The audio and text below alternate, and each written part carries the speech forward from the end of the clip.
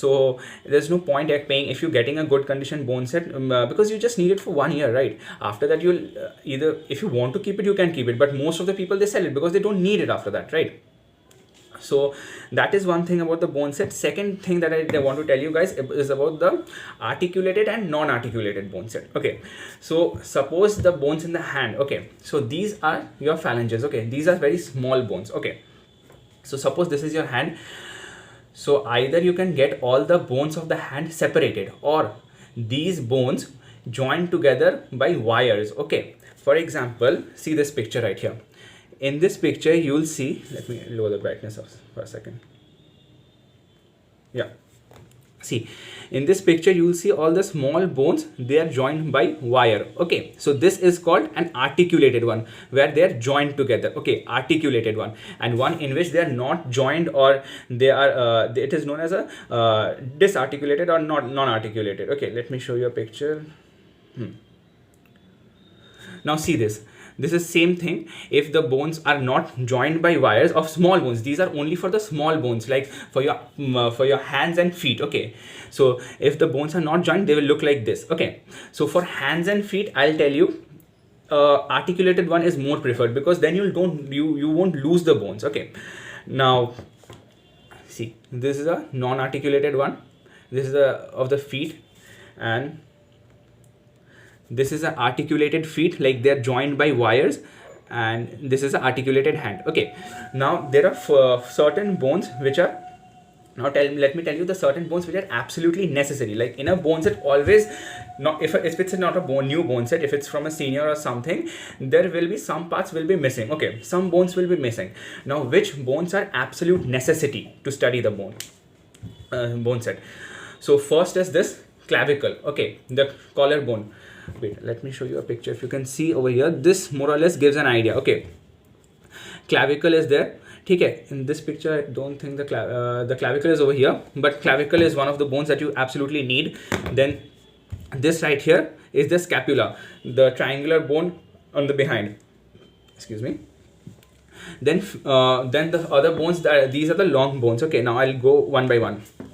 First is your arm one, the humerus, then radius and ulna in your forearm. These bones are absolutely necessary.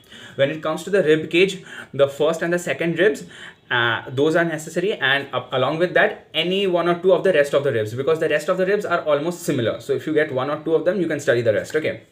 Then coming to your feet, the thigh bone, that is the femur, and below that the tibia and the ulna, and the patella, that is the knee, or on the knee.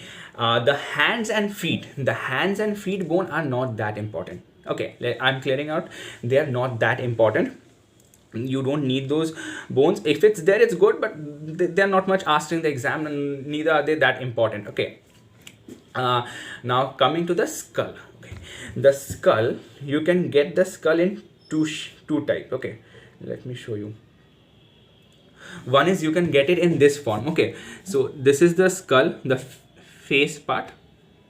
This is called even called as a base of the skull. Okay, this part, base of the skull. This right here is your jawbone, this one, and this is your upper part. Okay, so this is one way you can get a skull bone, or you can get it this way also, the entire skull. Now when it comes to skull bones, okay, when it comes to hand and feet, I told you that articulated one is better, because all this, there are small pieces of bone which might get lost. Okay, but when it comes to skull bones, a non-articulated one is better. Why? Because there are many bones on the inside of the skull which you can't see from the outside. So to study those, like the sphenoid and all those bones, you need a broken one, like a set in which all these are separated, so that even this is not a properly non-articulated one. In a non-articulated one, everything will be separate. So you can study like all the temporal bone, the frontal bone, everything, the occipital bone, everything will be separated. So that helps in studying. So when it comes to the skull, non-articulated or disarticulated skull is better, and skull bones are important. Okay, like you can even like let go of the hands and feet bones, but the skull bone is absolutely important. So those are the bones that are needed. Now how to identify the quality of a bone set.